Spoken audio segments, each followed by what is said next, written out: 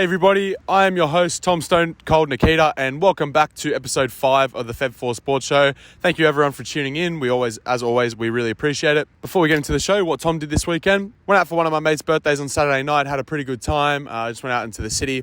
Sunday, celebrated Mother's Day. To all the mums out there watching, happy belated Mother's Day. We love you all. And of course, on Sunday, if you guys were keeping along with our bets, you would have seen that we lost our UFC multi and our third Road to 10K multi. More into that later. I am sorry. I'm going to put my hand up right now and say that's on me. Again, though, we'll get into that later. But that's it. That's what I did this weekend. And on to the key takeaways for sport. So firstly, a great win for the Broncos against the Rabbitohs on Thursday night. A lot of people counted out the Broncos the other night without Payne Haas and Kurt Capewell. But you always knew that Adam Reynolds was really going to try to get up for that game. It's obviously a really emotional one for him. Playing up against the team that let him go. It was his boyhood club, made his debut there. Played 9 seasons there. 9 seasons, I believe. Won a grand final with them. It was always going to be big for him. So I think the Broncos really got up for that one. And I thought Adam Reynolds had a really, really good game. You could see how much it meant to him after the game. He was quite emotional. So that was really good to see. I think Adam Reynolds has also now really solidified himself in that team. You can see the way he's leading the forward pack around and how they're running off him. We spoke last week about how the Broncos were going to go this season and contending for that kind of 6th to 8th position. That's where they're sitting right now. And to be honest, if they keep playing the way they have been, and particularly when Payne Haas and Kurt Capewell come back, I think that they really could be one of those teams to beat this year. I think that they will struggle around that origin period. They're going to lose quite a few players. It won't only be Payne Haas and Kurt Capewell. I think they could also lose Selwyn Cobbo, depending how he keeps playing. Also, I don't really think that you can talk about the Broncos winning without the performance of Pat Carrigan. Pat Carrigan ran for 150 metres and made 35 tackles with no misses. He really had to step up in the absence of Payne Haas, and I think he did. Really, really good performance from him. I also don't think you can talk about their win without talking about the performance of Selwyn Cobbo. A lot of people are putting Selwyn Cobbo's name in the contention for State of Origin at the moment, the way he's been playing. And look, to be honest, I don't really think that you can deny him at least a spot in that extended squad. The only real knock on Selwyn Cobbo at the moment that a lot of people are giving him is his age and his inexperience. But no one was really saying anything when Israel Folau and Greg Inglis made their debuts for the Maroons, and they were both 18 and 19 respectively. Cobbo is 19 right now. So you know what? If there were any injuries or, if they fall 2-0 behind in the series or anything like that, I'd definitely be picking Selwyn Cobbo. He's got all the makings of a potential superstar. And, I'd be having him in my squad if I was a Maroon selector. Now, to all you Westies, all you Penrith Panthers supporters who comment on our TikTok saying, oh, but we're the best defensive team in the comp, blah, blah, blah. I've said it for 2 weeks straight now. What have I said? Well, I've said that you guys haven't played a top 6 team yet. You haven't faced any adversity yet. And look what happens. The first time you play a top 6 team and you get done. And you get done 22-20 by the Parramatta Eels, who themselves really aren't in great form right now. Yes, they did find their form on the weekend. However, I really think that this might be able to turn their season around. I've been saying for the last few weeks now how they have holes in their defence, and everyone's been jumping at me saying, no, we don't, blah, blah, blah. And I think the holes in the defence were evident in Clint Gutherson and Ryan Madison's tries. Ryan Madison's try in particular, you saw Nathan Cleary run out of the defensive line. Now, he's only doing that for one of 2 reasons. Either A, because he doesn't back his defence outside of him, or B, he just made an incorrect defensive read. Either way, that defensive read essentially ended up losing them the game. My question is, where are you now, Penrith fans? Yes, you are still one of the teams to beat. Yes, you are still in that top 2 to 3 teams in the comp. We all know that. However, your first game with adversity, your first game against a top 6 team, and you lose. So pipe down. I don't want to hear it, all right? On to the Eels. They go all right when their 5'8's last name isn't Arthur. They were really, really good. Good to see them pick up a win. They weren't in great form themselves, but to pick up a win against the top team in the competition was really, really good to see. We've interviewed a few people a few weeks ago at the Eels and Tigers game, and a lot of the fans had the same thing in common or their same thoughts in common. And when I asked them who they thought the most important player was to their season this year, everyone said Dylan Brown. The second Dylan Brown injected himself into the game, I thought it was a very different game for the Eels. He obviously scored that try off Mitch Moses' bomb. He actually wasn't looking when Brian To'o came across and cleaned him up, but regardless, it was still a good try.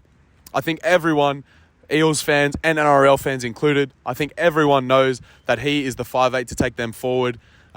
Maybe the only person who doesn't know that is Brad Arthur, but I think after that game, I don't think there's any denying that if they really want to make that postseason push, Dylan Brown's got to find his form, which he has, and he's got to be consistent. The test now for the Eels, well, I think the fans just want to see that same consistency and that same game when they play the bottom teams, not just the top teams when they play the first to fourth place. Fans want to see that consistency when they verse 16th, 15th, 14th place teams. I think that's been the problem with the Eels for the past few years. But if they can clean that up, I really do see them making that push for the postseason this season. Also, shout out to Isaiah Papali'i. 180 metres, 48 tackles with only 3 missed. I cannot believe the Eels are letting him go next season. It is a crime. He is one of the best in the game when he's on. Yeah, Isaiah Papali'i, I thought you were unbelievable. Another tough loss to the Tigers, going down 36-22 to the Manly Sea Eagles. I think that the Sea Eagles were pretty good, but again, I think that the Tigers are just kind of missing those few pieces to really, get them into that 10th, 9th position finish. I think that they are showing what the fans want to see now, though. I think for weeks and months, and even last year, the fans were just saying, we just want to see heart and desire. And I think you guys are seeing that. I think Jackson Hastings is definitely bringing that to the club. I don't think the fans are asking them to make the 8. I think that the fans are just asking to see the effort and desire that they have been seeing. So I really don't think that you'll be hearing too many upset Tigers fans at the moment, even though the results haven't come the past few weeks. Also, I believe that they only get stronger in a few weeks' time when Adam Dewey returns. Question is, and I think everyone's asking it, where do you play him? Look, a lot of people like him in the centres. I personally like him in centre. But I think if you really wanted to get the most impact out of him, you could put him to 5'8". And then I think you put Brooksy on the bench. Now, that's not anything against Brooksy, because I know that a lot of people were shitting on him a few weeks ago and he started finding a bit more form lately. But I think using Brooksy as that kind of utility role, you could bring him on to give you that real spurt of energy in the hooker position when Jacob Little's tired. You could bring him on to cover any of the halves if there are any injuries or you want to change the game plan. And, I think that you could even potentially use him, in that kind of fullback role. So I think that Brooksy adds a lot of value and, using him in that utility position definitely wouldn't hurt him. And I think, you need to get the most out of Dewey possible. Again, playing him in the centre, though, I really don't think you lose either way. The Roosters are finally back to their winning ways after 2 losses in a row to both the Dragons and the Bulldogs. I think the key takeaway here is that James Tedesco refound his form. I don't think he'd been playing poorly at all. I just think that, he wasn't the James Tedesco that we all knew and loved. But, he found form again, scoring a hat-trick. I think that another key takeaway from that was also the resurgence of Luke Keary. I think that this was easily Luke Keary's best game of the season, and we saw that through 3 try assists. He also looked like he seemed to be gelling a little bit better with the squad. We saw a few TikTok fans telling us about the Roosters and saying that they believed that one of the biggest problems was that Sam Walker is playing 5'8" and Luke Keary's at halfback and they wanted to see the swap. I think that Sam Walker, look, he is still young and inexperienced, so maybe playing him at that 5'8" position takes a little bit of stress off him. But I actually do agree with that statement. I think that Luke Keary plays better off the cuff. I don't think that he is the structured player that the Roosters are needing him to be at the moment. At the same time, look, I know that Sam Walker can play off the cuff too. I think that letting Sam Walker be that direct player and letting Luke Keary play off the cuff right now may help them. However, I really do think that their biggest problems are just gelling issues, and I think that we saw an improvement in that over the Titans. Although the Roosters picked up the win over the Titans, look, the Titans are sitting in third last. They are struggling. They're not really in great form. So, I definitely don't think they're out of a hole just yet. You're still a couple seasons off competing for a premiership. So, look, take the positives with the positives. Your team's starting to gel, but take the negatives. You're still not that good. And now on to the EPL. Look, the EPL race looks like it is pretty much wrapped up now. I know that we've still got 3 games to go for most teams, but Liverpool drew 1-1 with Tottenham Hotspur, which is all but kind of confirmed that they're going to finish second. Manchester City picked up a 5-0 win over Newcastle this morning. Manchester City now have a 3-point buffer on Liverpool and are ahead on goal difference. Barring any, phenomenal losses or anything like that, I think Manchester City have locked up the English Premier League title. I think that Arsenal have now secured 4th position. They picked up a 2-1 win over Leeds this morning, which is a really big win. They now have a 3-point buffer on Tottenham Hotspur, and they go on to play Tottenham this weekend.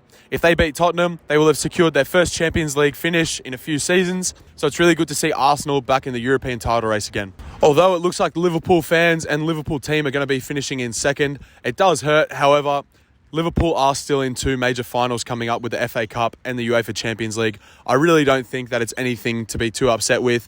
And even then, if they do go on to lose the FA Cup or the Champions League, making 3 major finals and coming second in the Premier League is nothing to lose sleep over. And you also may be seeing yours truly, if they do go on to somehow magically win the quadruple even after their draw with Tottenham on the weekend, you may be seeing yours truly head over to Liverpool to celebrate for a week, but they're still yet to be confirmed and still pending a 10k bank loan. And 3, the UFC. I think the biggest takeaways from the UFC over the weekend were that Rose Namajunas shit the bed against Carla Esparza. If you guys watched it, it was the worst fight I've seen in the UFC for a while now. Neither fighter looked like they wanted to really engage. I was watching it thinking, man, this is really boring. If I didn't have money on it, I would not have been watching it. Personally, I think if you're fighting in a title fight, you need to do more than just kind of, win a 50-50 battle. I think, if you're going for that championship and you're trying to win it, you really need to clearly win. And I don't really think there was a clear winner in that fight. Another key takeaway is that Charles Oliveira has proved himself as the 155-pound king. Justin Gaethje had 2 knockdowns early on in the fight, and people were worrying. But if you guys have watched Charles Oliveira's last few fights, Michael Chandler knocked him down. I don't think Dustin Poirier knocked him down, but I think he did rock him a few times. Charles Oliveira, he's able to take the adversity, take the knockdowns, and then he comes back. And the second he got an opening against Justin Gaethje, knocked him down and then wrapped himself around him. The first chance he got, the first opening against Justin Gaethje, knocked him down, wrapped himself around him with incredible pace, wrapped him up pretty much like a spider, looked unbelievable, and then got him in a rear naked choke, and the fight was already over. He had that thing locked in. I think he is one of the best submission artists in the game. I think Charles Oliveira has undoubtedly proven himself as the 155-pound king, and I don't see anyone beating him anytime soon. There are prospects, or there are talks that Conor McGregor might get him when Conor McGregor comes back. I don't really see Conor McGregor giving him too much of a challenge, to be honest. Michael Chandler had an incredible victory over Tony Ferguson, one of the meanest knockouts I've seen. Front kick to the face of Tony Ferguson. It was brutal. It was so good to see. We obviously had that in our multis too. Michael Chandler to win by KO, TKO or points. It was a beautiful front kick to the chin of Tony Ferguson. And as soon as he finished the fight, called out Conor McGregor. Look, I would love to see that fight. I think both of those guys, obviously Michael Chandler said he wanted to do it at 170 pounds. I think both of those guys would put on an absolute clinic. Both guys like to stand and bang, like to throw punches. Michael Chandler is a freakish wrestler, but since we've seen him come to the UFC, he's only wanted to stand and throw punches, and that pretty much leads to one of two options. He either gets knocked out or knocks, other people out. The only time we haven't seen that was against Justin Gaethje in his last fight, and they put on an absolute war. I really recommend, if you haven't seen that fight, that is one of the best fights you've ever seen. These guys are just throwing punches at each other. They're wobbling all over the place. It was unreal to see. I would love to see Michael Chandler versus Conor McGregor, but I think we are still a few months, if not years, off seeing that happen. And that's it for this weekend in sport. Look, the Feb4 Sports Show road to 10K. Look, we've lost our third bet now. All I can say is I'm sorry. Look, I was pretty confident with the Swans beating the Suns. Obviously, 3 of our legs hit, but yeah, the Swans just decided to shit the bed. Gold Coast have been playing poorly. Swans have been playing all right. It's got me thinking, maybe I'm too old for this game, Maybe this game isn't for me anymore. Maybe I'm not the guy to take this show forward and win us 10K. Yeah, like fuck I am. You fucking thought. Here's our 4th and final road to 10K bet, because you know why? We're going to be winning that 10K off this bet. Here it is. So just for the people who don't know, road to 10K, basically all we have to do, start with $10. We bet on a $2 favorite and we compound our winnings. So $10 on $2 odds, we get $20. $20 on $2 odds, you get $40, etc., etc. So this week we have 4 legs. Pretty confident. I say that every week, but as a punter, you always have to be confident. If you're not confident, don't play the game. Basically, here's what I've got. So I've got Cronulla Sharks to beat the Canberra Raiders. I'm confident. Sharks are in good form. Raiders not so much. Yeah, they picked up a win against the Bulldogs on the weekend, but Bulldogs are shit anyways. Brisbane Lions to beat the Adelaide Crows. The Lions are going quite well in the AFL right now. The Crows don't convince me at all, so I am relatively confident there. We've got Port Adelaide to beat North Melbourne. North Melbourne are pretty piss poor. They show no heart. They show no effort in the game, so I'm pretty confident in Port Adelaide there. And the West Tigers versus the North Queensland Cowboys. Now, I'm not going to bet on a winner here because magic round, anything can happen. But I am confident that I think it'll be a closer game than some people predict. So I've got the West Tigers at plus 24.5 points. So that covers us just in case the Tigers pick up some freakish win out of anywhere. It also covers us if, it's a 10, 12, even an 18-point game. So for the people who don't know, that essentially means that we think that the West Tigers, if they are going to lose, are going to lose by 25 and under, okay? And I think it's going to be a lot closer game than that. So that's our multi this week. That rounds out to be $2.02. So obviously, we just only need to put $10 on that. We'll be bringing out our winnings of $20.04, and that is our road to 10K 4th bet and final bet, because we will be pulling out 10K with this bet. Thank you very much for tuning in. And as always, happy punting, best of luck, and we'll see you next week. Thank you.